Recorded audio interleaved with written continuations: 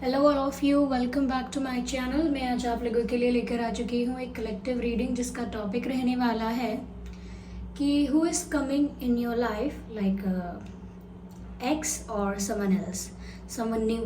तो आपकी तरफ कौन आ रहा है, आपके जीवन में कौन आ रहा है? कोई न्यू पार्टनर है या कोई एक्स है? न्यू पार्टनर यानी कोई न्यू पर्सन है या किसी एक्स की एंट्री हो रही है? हम ये जानने की कोशिश करेंगे। रीडिंग जनरल है, कलेक्टिव है। हो सकता है कि आपके साथ रेजोनेट करे या ना करे, आपको ओपन माइंडेड होकर ये रीडिंग सुननी है। ये रीडिंग सभी ज़ोडिएक साइंस के लिए है, हर उम्र के व्यक्ति के लिए है, टाइमलेस है। आप जब भी इस वीडियो को देख रहे हैं, यह वीडियो आपके साथ तभी रेजोनेट करेगा, फिर चाहे आप इस वीडियो तक कितने भी समय बाद क्यों ना देख आ रहे हों या क्यों ना देख रहे हों। ओके, तो ये एक टाइमलेस रीडिंग है, कलेक्टिव जनरल रीडिंग है। ज़बरदस्ती अपने आप को फिट इन करने की कोशिश मत कीजिएगा। जितना आपके साथ रेजोनेट होता है उतना ही एक्सेप्ट कीजिएगा। आइए देखते हैं who is coming in your life.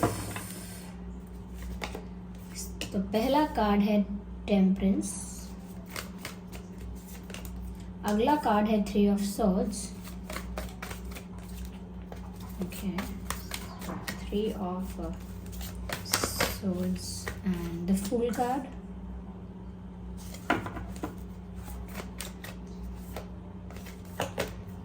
5 of swords. Okay, visible है ये properly?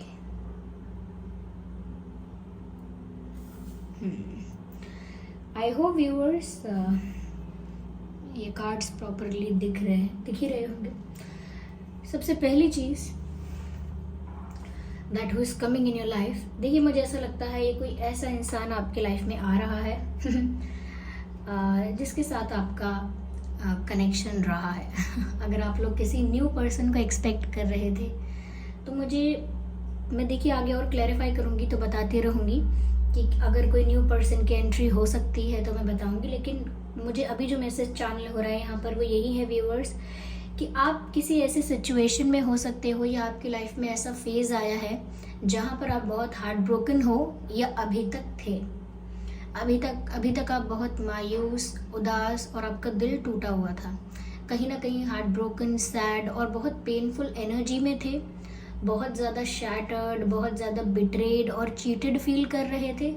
ऐसा लग रहा था जैसे किसी ने आपको धोखा दिया है, किसी ने आपके साथ छल किया है, किसी ने आपको मैनिपुलेट कर दिया, किसी ने आपको झूठ बोला है, आपकी भावनाओं का कदर नहीं की, यानी आपकी भावनाओं की कदर नहीं की है, आपको रिस्पेक्ट नहीं दी है। जो आप डिज़र्व करते थे एक रिलेशनशिप में या अपने पार्टनर से, वो आपको नहीं मिला। So somewhere you feel cheated, betrayed और या सैड।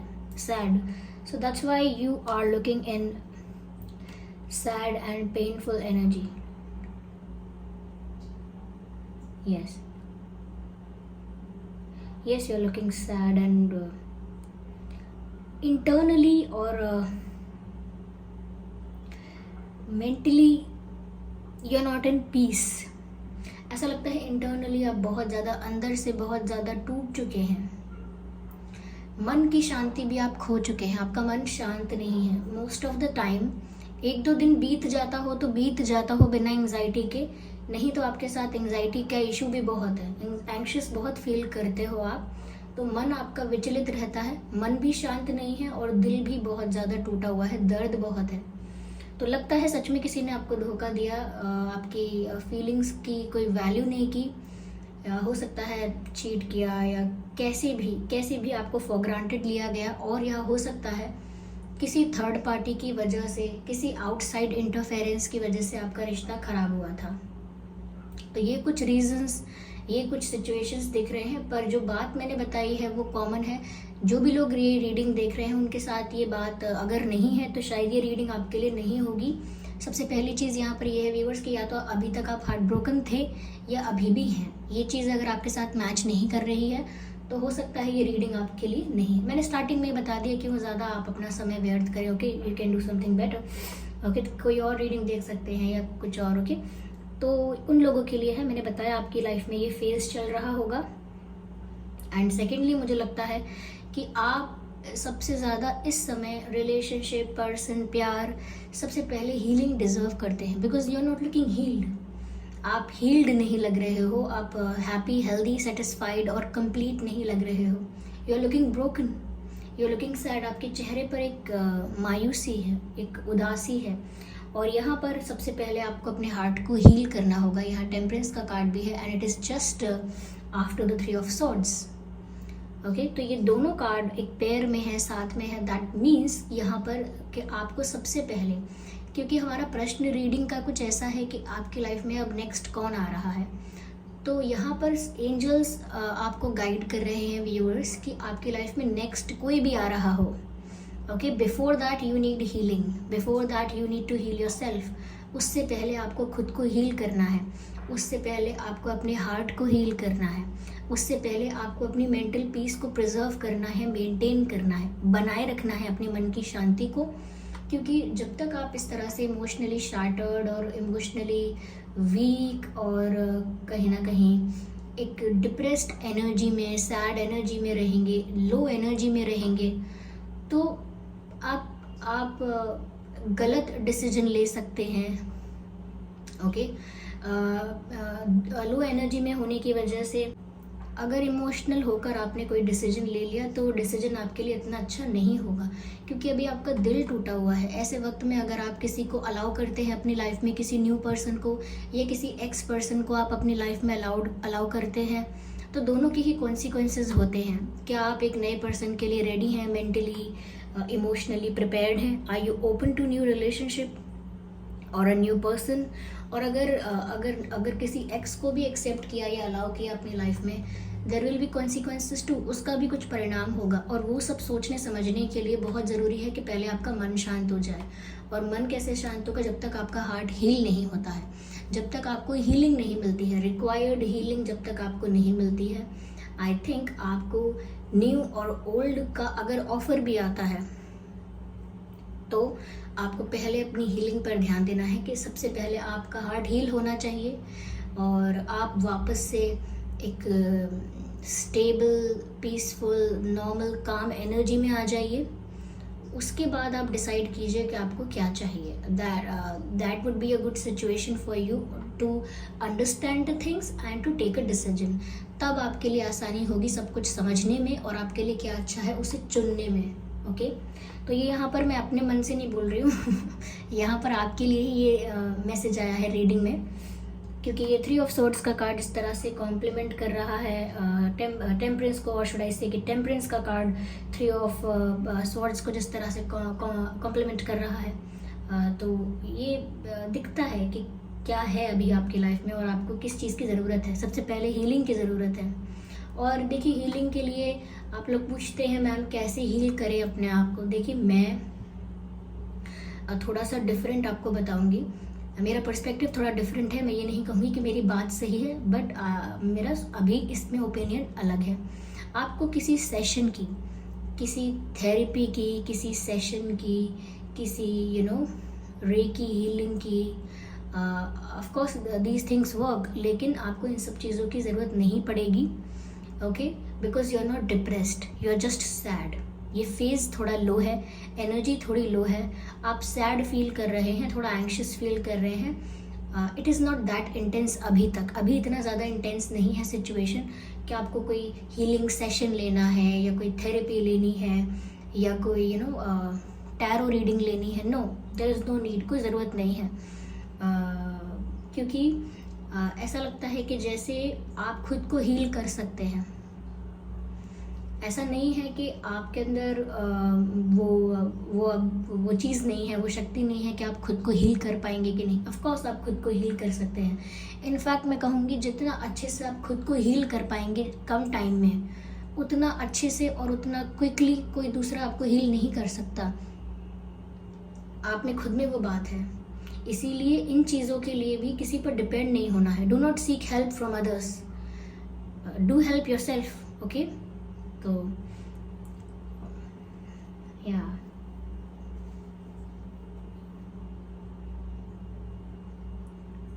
यहाँ पर मुझे ऐसा लगता है कि जो इंसान आपकी लाइफ में आ रहा है, ये कोई ऐसा इंसान है जिसके साथ बहुत पुश एंड पुल सिचुएशन रहा, ऑन एंड ऑफ सिचुएशन रहा। I hope you can see this 5 of wands card. कैसे सब लोग अपने हाथ में लाठियां लेकर, डंडे लेकर, लाठियां लेकर एक दूसरे से फाइट कर रहे हैं। तो यहाँ पर ये भी नज़र आता है कि आप दोनों के कनेक्शन में बाहर के लोगों का इंटरफेरेंस था। ये सिर्फ 2 लोगों की बात नहीं थी, कहीं ना कहीं उनकी तरफ से उन्होंने किसी से कुछ शेयर किया है, अपनी पर्सनल बातें बताई हैं किसी को, या उनकी बातें किसी को पता चली हैं, या नहीं भी पता चली हैं तो किसी ने अपने आप इंटरफेयर किया है।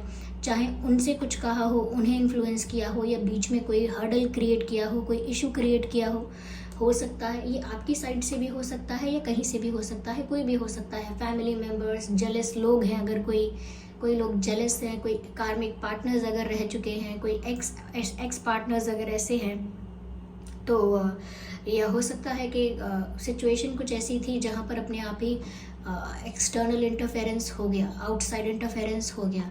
तो यहाँ पर बहुत सारे ऐसे लोग हैं जो आप लोगों का मिलना नहीं चाहते थे, जो आप लोगों का रिलेशनशिप आगे बढ़े ऐसा नहीं चाहते थे। तो काफ़ी लोग कहीं ना कहीं आपको उलझा रहे थे या बीच में मिसअंडरस्टैंडिंग क्रिएट कर रहे थे। और सिर्फ इतनी सी बात नहीं है कि किसी के मिसअंडरस्टैंडिंग क्रिएट करने से मिसअंडरस्टैंडिंग हो जाएगी। मिसअंडरस्टैंडिंग दूसरों की वजह से इसीलिए भी हो सकती है, या इसीलिए यहाँ पर इतने लोगों का इंटरफेरेंस हो पाया क्योंकि यहाँ पर आप लोगों के बीच lack of communication and lack of trust है। Yes, that is the issue you have here.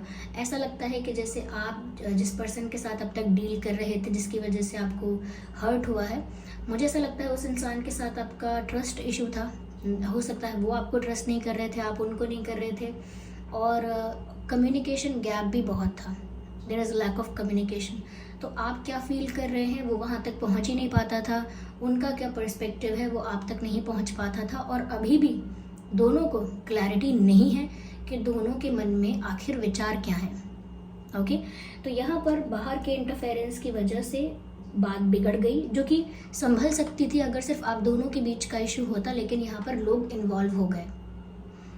Okay, तो लोग इन्वॉल्व हो जाते हैं तब सिचुएशन का संभलना टफ हो जाता है। यहाँ पर मुझे ऐसा भी लगता है व्यूअर्स कि आपके रिलेशनशिप में कुछ ऐसे लोग रहे होंगे जो आपके पर्सन को आपसे दूर करना चाह रहे थे।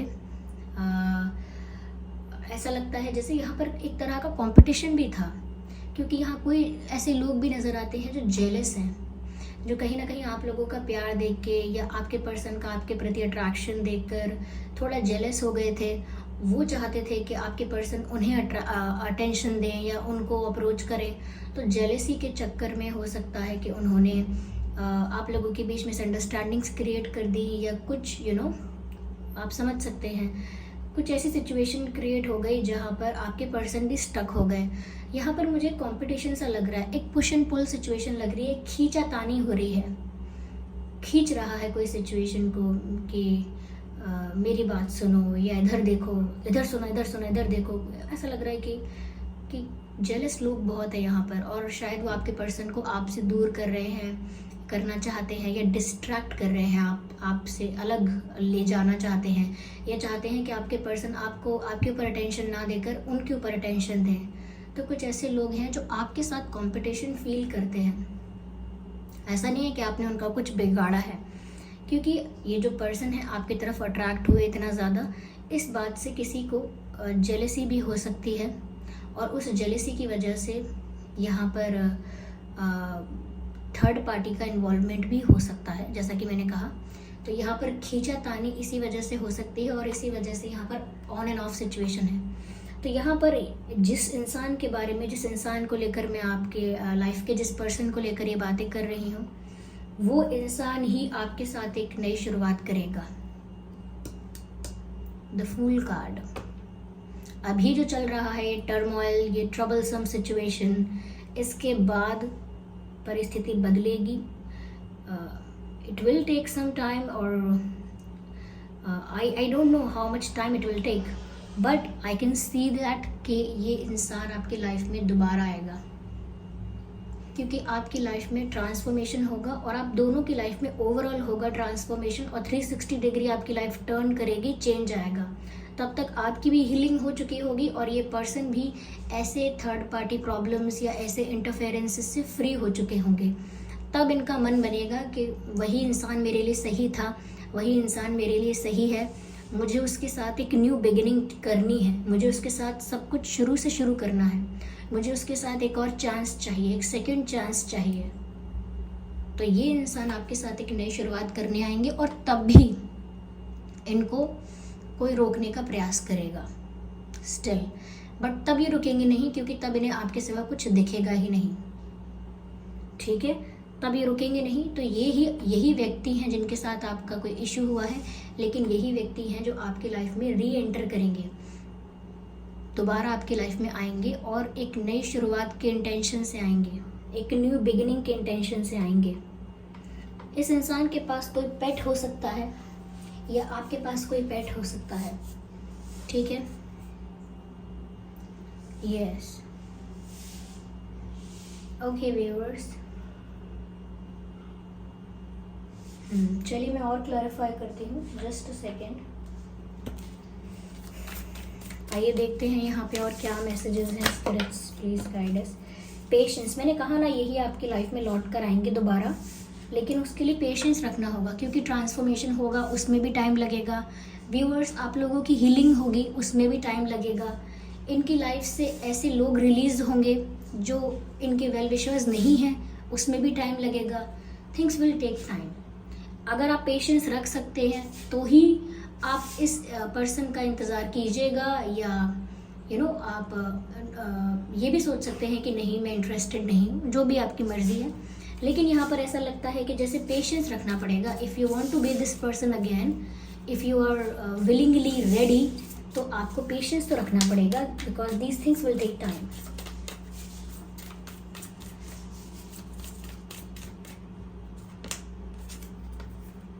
यस, यहाँ पर मुझे लगता है कि जो भी लोग इनको रोकने की कोशिश करते हैं, इनकी फैमिली भी हो सकती है जो थोड़ी कंट्रोलिंग, थोड़ी डोमिनेटिंग, थोड़ी प्रेशराइज करती है, थोड़ा सा कंट्रोल करती है इनकी लाइफ को, या इनकी लाइफ के डिसीजंस को अफेक्ट करने की कोशिश करती है। इनके डिसीजंस इंडिपेंडेंट नहीं होते, तो कहीं ना कहीं ये सारे रिस्ट्रिक्शंस को तोड़कर आपके पास आएंगे क्योंकि यहाँ पर रिबेल का कार्ड है। आप धीरज तो रखिए, आप पेशेंस तो रखिए, ये रिबेल की तरह सारी जंजीरों को, सारे रूल्स रेगुलेशंस को और सारी बंदिशों को, रिस्ट्रिक्शंस को तोड़ के आपके पास आएंगे। जो भी लोग हैं इन्हें रोकने की कोशिश करते हैं, दबाव बनाने की कोशिश करते हैं, जिस भी तरह से उलझाते हैं, ये सारे बाउंडेशंस और बाउंड्रीज को क्रॉस करके आपके पास आएंगे बिकॉज यहाँ पर एक रिबेल का कार्ड है। They will come to you. Yes, this person is coming in your life. चलिए व्यूअर्स, और देखते हैं आगे यहाँ पर क्या मैसेजेस हैं। Let's see what else we have here. एक कार्ड यहाँ पे अनफोल्ड हुआ है जो कहता है गो विद द फ्लो, लेकिन अभी के लिए कोई बड़ा डिसीजन नहीं लेना है। अभी के लिए आपको अपनी लाइफ में कोई बड़ा डिसीजन नहीं लेना है कि रोते रोते उठे और बोला अब आज से ना ऐसे, या फिर गुस्से में आए और बोला अब मैंने कसम खा ली एंड दिस दैट। कोई भी बड़ा डिसीजन नहीं लेना है। लाइफ जो चल रही है उसे नेचुरली अनफोल्ड होने देना है। किस्मत आपको जिस दिशा में ले जा रही है, जिस चेंज की तरफ ले जा रही है, चलिए वहाँ पे चलिए। और ज़्यादा खुद से कोई बड़ा डिसीजन, खुद से कोई बड़ा चेंज लाने की कोशिश मत कीजिए क्योंकि आपकी लाइफ में नेचुरली चेंज आ रहा है। इस चेंज को डिस्टर्ब करने की कोशिश मत कीजिएगा। Just go with the flow. अभी के लिए यही एडवाइस है। अभी ऐसा भी नहीं है कि दूसरा पार्टनर ढूंढने के लिए रेडी हो जाना है एकदम। अगर आप हील हो चुके हैं, अगर आपकी सिचुएशन ऐसी है कि आप हील हो चुके हैं, तो ढूंढिए कोई पार्टनर। अगर आपको लगता है कि ढूंढने से मिलेगा या जो भी है, आप जिस भी तरह से आगे बढ़ना चाहते हैं, मूव ऑन करना चाहते हैं, कीजिए। लेकिन अगर आपकी सिचुएशन सच में ऐसी है कि आप अभी हीलिंग चाहते हैं या हीलिंग की ज़रूरत है आपको, तो आपको तब तक गो विद द फ्लो ही होने देना चाहिए सिचुएशन को। ना ही आपको अपने पर्सन से, यानी कि इस पर्सन से कुछ कहना है, और ना ही आपको कोई खुद के लिए कोई बड़ा डिसीजन लेना है। हाँ, अगर कोई इम्प्रूवमेंट का, डेवलपमेंट का डिसीजन अपने लिए ले रहे हैं तो वो लीजिए, लेकिन कोई हार्श, कोई कोई गुस्से वाला, कोई इमोशनल डिसीजन, ऐसे कोई डिसीजन मत लीजिएगा। इनफैक्ट लव लाइफ को लेकर अभी डिसीजंस को थोड़ा साइड लाइन कर दीजिए। या if you really want to be open to the changes that are coming in your life, आप ऐसा ही कीजिए, ठीक है। अगर आप अभी इनसे बात करने की कोशिश करेंगे तो ये कुछ नहीं करेंगे, बस सर खुजाएंगे अपना मतलब सर खुजाएंगे तो बस एक एग्जाम्पल के तौर पर बोल रही हूँ। सर खुजाएंगे मतलब सोचते ही रह जाएंगे आपकी बात सुने, किसकी बात सुने। अच्छा, अब ये खुद भी स्टक हैं, इनके ऊपर खुद भी कोई कंट्रोल रिस्ट्रिक्शंस हैं, तो क्या करें, तो सर खुजाते रह जाना। तो ऐसी सिचुएशन में आप मत पड़िए। आप अपनी लाइफ में जो भी हो रहा है उसे नेचुरली अनफोल्ड होने दीजिए and then see where it goes. Yes, you will get healed. आपको हीलिंग तो मिल जाएगी, यानी कि आप हील तो हो जाएंगे और आप कहीं ना कहीं ऐसा लगता है कि जैसे आप सच में एनर्जाइज्ड और मोटिवेटेड होने वाले हैं। बिकॉज ऐसा लगता है जैसे there is something which is protecting you. कोई ऐसी एनर्जी है, कोई ऐसी ऊर्जा है जो हमेशा आपको प्रोटेक्ट करने की कोशिश करती है, हमेशा आपको एनर्जाइज्ड रखती है। तो मुझे लगता है आप जल्द से जल्द हील हो जाएंगे और ये अपने आप ही हो गया आप। Okay, yes. थोड़ा यहाँ पर आपको ना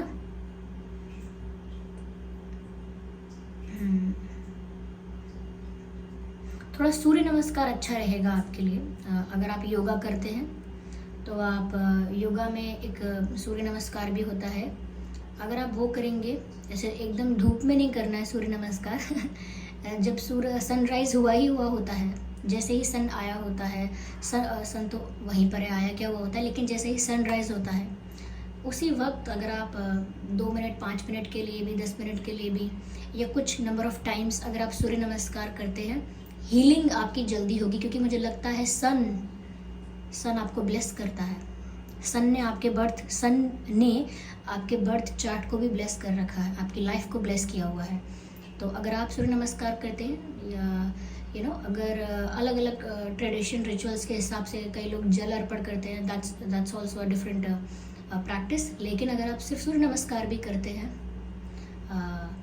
इन अ योगिक प्रैक्टिस, तो यहाँ पर ऐसा लगता है कि जैसे हीलिंग जल्दी होगी, because sun energized you, sun recharges your energy, ठीक है। तो ये है रीडिंग। आपकी लाइफ में तो यही व्यक्ति रहा है, बट समय बता दिया है मैंने कितना लग सकता है। आइए चलिए देखते हैं आपके और इस पर्सन के नाम में क्या अल्फ़ाबेट्स हो सकते हैं।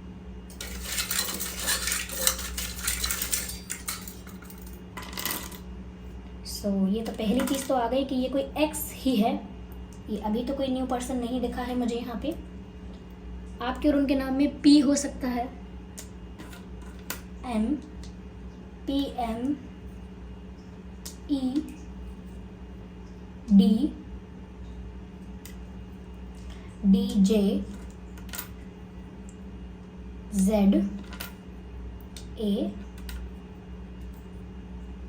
K, N, B। ये कुछ अल्फ़ाबेट्स हैं जो आपके या उनके नाम में हो सकते हैं। X, P, M, E, D, J, Z, A, K, N, B। Okay, I hope ये रीडिंग आपके लिए हेल्पफुल और रिलेटेबल रही है।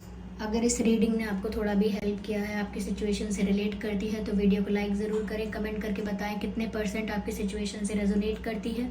सब्सक्राइब करें ड्रीम टैरो चैनल को और बेल आइकन को ज़रूर प्रेस करें और बन जाएं ड्रीम टैरो फैमिली का हिस्सा।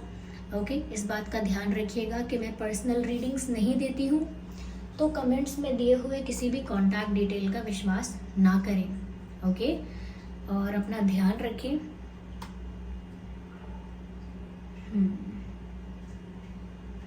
चलिए फिर, हाँ, मिलते हैं अगली रीडिंग में। Bye family, love you.